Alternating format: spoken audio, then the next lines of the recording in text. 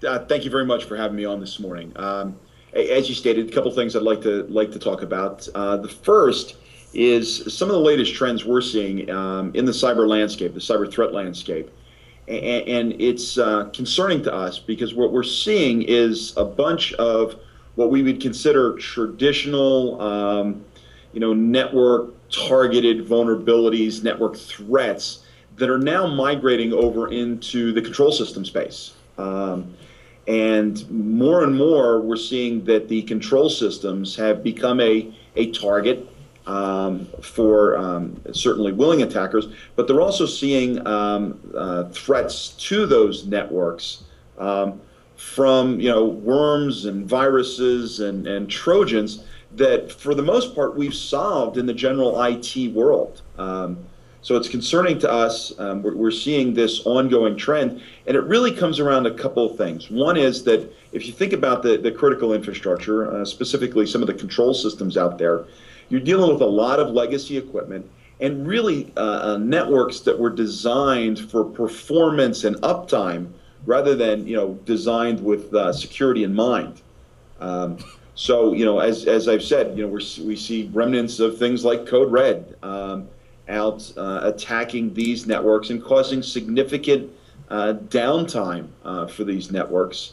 We're also seeing as I said, the threat vector change significantly, and we're seeing actual incursions into these control system networks, whether they be incursions for mapping the networks, understanding what's out there, whether they be incursions to bring down pieces of this critical infrastructure, or whether it be some type of information gathering kind of effort. And this has really led us to speak with our client base and folks that we talk to about reinforcing that defense in depth kind of posture that we all know and love, but we don't always exercise. As these control systems become more and more IP enabled, and we're connecting them to our administrative networks, we're connecting them to the internet, I think we've got to go back and reassess what's on these networks, how we're going to secure it, what are we interconnecting it to, and it really just can't be that we're now going to stick up a single firewall between these networks and our corporate networks, or these networks and our government agency networks. I think it really is going to be some re-architecting, because as we know, we're not going to go out and replace all of the endpoints, all of these control systems, all of these legacy devices anytime quickly, nor are we going to be able to put in an effective patch management strategy that protects these devices. Again, some of them are legacy, some of them have odd TCP/IP stacks on them. So it really is going to be identifying critical infrastructure, identifying the portions of the network that are most at risk, and deploying what is a robust defense in depth strategy that just doesn't rely on a single gateway to separate them. So it becomes policy management, it becomes endpoint enforcement, and it becomes certainly protecting the perimeter of those networks. Okay, I guess some of the data questions are important too, right? Because the data used to be, the principle used to be, as long as you had a fortress, all right, you protect everything inside the castle, but the castle its walls have been somewhat permeated because the data is now on both sides of the wall. But it's on both sides, and I think I've used, I may have actually told you the story. We take our passports and grandmom's wedding ring, and we put it in a safe deposit inside a vault, inside a bank, and we layer protection for something that really, at the end of the day, doesn't have a ton of value. But yet we take critical infrastructure, critical data, and we literally expect a single firewall to be the protection that we have for it, right? So even that fortress model doesn't make sense anymore, right? You need the moat, you need the fortress, but you also need to be locking doors inside, and you need to be identifying what's important, right? We can't protect everything. We can't protect everything to the level we wish. So we really need to focus on what's critical, the critical nodes, especially in the control system environment, the critical data, as it relates to, HIPAA or Sarbanes-Oxley or, any of the other data that you may have on your network. And we need to make sure that we're providing that kind of defense in depth. So I think that's where we are on, the kind of control system, persistent threat side. Some of the data that we've been collecting over time has really been now brought together in a report. And we issued our first report on the top 5 vulnerabilities. And I think it ties into the control system world that I was just speaking at, but it also ties into corporate networks. And we're seeing things that we didn't expect to see. And to be quite honest, things that we expected to improve over time that really haven't. So I'll kind of start with a couple points out of the report, and we can kind of, maybe take a little Q&A as we finish up here. But one of the things we're still seeing is unsecured wireless access points. While the number of unsecured wireless access points is down across enterprise network, we're still finding in about 10% of large enterprise networks that there are these uncontrolled access points. And they represent a tremendous risk. We all know the stories of some of the biggest vulnerabilities out there and some of the biggest exploits, and yet we still can't seem to get our hands on locking those down. One of the other things that we're seeing more and more on traditional networks, IP-based networks, is these non-traditional devices, non-IT related. All of a sudden, physical security, via some kind of programmable logic controller or some kind of gateway is being connected to the network, right? So now we have what are traditional, non-traditional IPs on the IP network, and we have staff that's really not handled not properly equipped to handle those networks, not equipped to protect those networks. And we should be talking about how we put antivirus and how we protect the controllers that are on the network. And we're seeing more and more of these every day. Hey, Mike, let me interrupt you for 1 second. I think there's a couple of things back on that threat landscape that maybe you wanted to talk about and I forgot. All right, and can you talk about something like in the worm case of, I hope I pronounce it correctly, Stuxnet? Stuxnet. Stuxnet.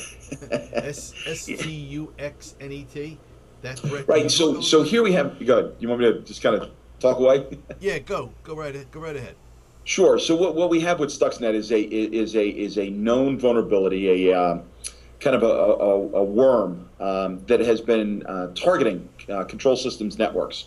And a couple interesting points on this. One is that the multiple occurrences that have been seen of this worm on networks, it's morphed over time, right? So it's not the same vulnerability, and it goes back to that kind of difficulty in patching these legacy networks. So even if you were able to initially go out and patch against the first version of the worm that came out, subsequent versions you may not be up to date on, right? And if you think about how these networks are built and what they do, you're not shutting them down, right? You're not shutting down portions of the power grid to do updates. Updates are done during normal maintenance windows, and those maintenance windows may be months. In some cases, for example, refineries, they may be years before you shut something down to do a maintenance window. And you think about the patch management process we have for standard IT equipment. Every Tuesday we're updating our operating system, but that's not how control systems work. And I think it represents a tremendous threat. Well, I think it's kind of significant when you get into this, Mike, because when I'm down at G1st and I'm listening to Howard Baker, I'm listening to Will Pelgrin and some of the DHS officials. Control systems are something that is front and center on the plates of a lot of people down in Washington, D.C. and around the country. So, it's very significant that you should, decide to kind of talk about this in this particular area, because I think it's very timely. And that's one of the things that, our members kind of hone in on. There's timely and accurate intelligence that comes out from a lot of different resources, and then to be able to rapidly deploy resources into it, whether it's a policy, whether it's a method or a strategy or a tool, all right, to kind of mitigate, whatever the circumstances may be. So, I think that piece of it, and, I forgive me for not mentioning it earlier, because I'm not following my own notes very well. All right, but it, kind of important here that you mentioned that. You mentioned, this whole thing about Stuckneck being in there. So, and you also mentioned the fact that, people aren't able to change their credentials that quickly. Right. And for a lot of these companies, especially in the utility sector, I'm willing to bet that they probably don't on any kind of normalized schedule.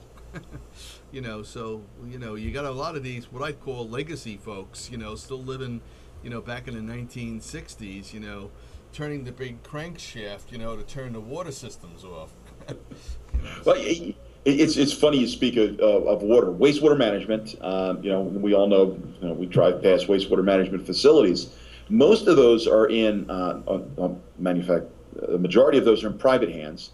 The ones that aren't in private hands are typically owned by, local municipalities, right? So now we have local municipalities, and I'm in Jersey, and we see the tax problems we have in Jersey on property tax. These organizations are being cut back substantially. And when you're not, when all of a sudden now you've introduced a whole new threat into the wastewater management system, of IT related vulnerabilities that was never there at a time when you also have decreased budgets, decreased staffing, and to be quite honest, regulatory pressure that while you hope it fixes the problem, really becomes for these guys in most cases a paperwork exercise. You start to see the potential threat, and you see things like hacks into wastewater management facilities where they discharging wastewater into public rivers, right? So it's a real world threat, that certainly I think has been a little bit overlooked. And with the threat landscape changing the way it is, and the more and more IT or IP dependent these facilities, these manufacturing facilities, these control networks, these power grids become, I think it's something that we're going to have to focus on, quite a lot in the near future. Yeah, no, I'd agree with you, and I think because of the budget situations, they're tough in New Jersey, they're tough all over the country. It's going to force a lot of people to really hone in and focus in on some of the criticality of what's going on in their various enterprises, and really, streamline their operations so that they can effectively and precisely pinpoint where security needs to be implemented. And I think that's, in some regards, that's a good thing. I'm going to cut out of this particular sector.